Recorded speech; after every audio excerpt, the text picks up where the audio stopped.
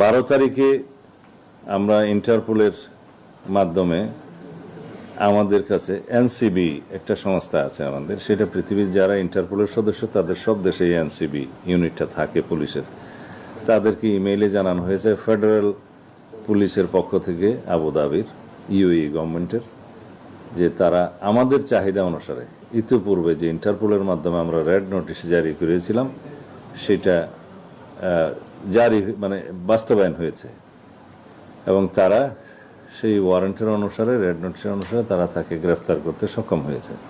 তাৎক্ষণিকভাবে তারা ইমেইলের মাধ্যমে আমাদের এনসিবিকে জানিয়েছে।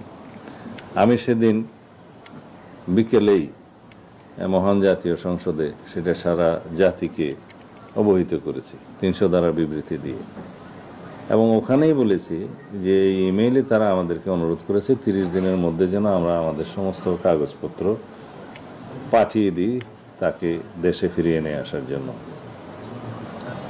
30 দিন নয়, তারপরের দিনেই পাঠিয়েছি সমস্ত কাগজপত্র, ওয়ারেন্ট, মামলার বিবরণী সহ। এখানে অনেক কাগজ দিতে হয়, সেগুলো আবার আরবিতে ট্রান্সলেট করতে হয়।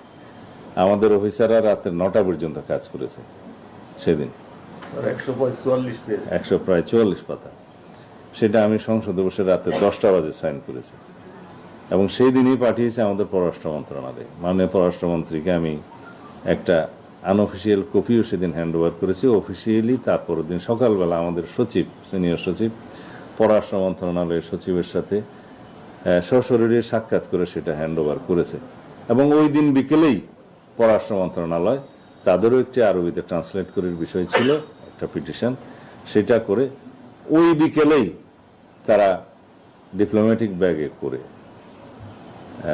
ইউএই গভর্নমেন্টের কাছে পাঠিয়েছে। আমাদের লোকাল যে এমবাসি আছে, ইউএই এমবাসি, তাদেরকে জানিয়েছে। আমিও তার সাথে যোগাযোগ করেছি। ইট টুক অনলি 3 days, 30 দিন না। এটাই হচ্ছে স্বরাষ্ট্র মন্ত্রণালয়ের বর্তমান গতি। তা আমরা আশা করি ইউএই গভর্নমেন্ট যথাযথ প্রক্রিয়া অনুসরণ করে খুব শিগগির তাকে ফেরত দেওয়ার ব্যবস্থা করবেন। আমরা পার্সুয়েশনে থাকব। ইতিপূর্বে বেনজিরের বিষয়ে যা বলেছি সেটা আপনি ভালো মতো লিখবেন। নাজমুলের বিষয়ে আপনি জানতে পারবেন কখন কি ব্যবস্থা করা হচ্ছে। তার সাসপেনশন অর্ডার কি উইথড্র হয়েছে? হয়নি। সিনিয়র অফিসারদের ডিপার্টমেন্টাল প্রসিডিংয়ে একটু সময় লাগে, আইন অনুসারে লাগে। সেটা আইনি সমস্ত প্রক্রিয়া অনুসরণ করার পর সেই অনুসারে ব্যবস্থা নেওয়া হবে। এখন যদি আমি প্রম্পটলি বলি যে এই ব্যবস্থা নেওয়া হবে, ওই ব্যবস্থা নেওয়া হবে, সেটা আইনের ব্যত্যয় হবে। হুররে ওয়েফারের মানচি টেস্টে টেনশন দূর রে, হয়ে যাক হুররে।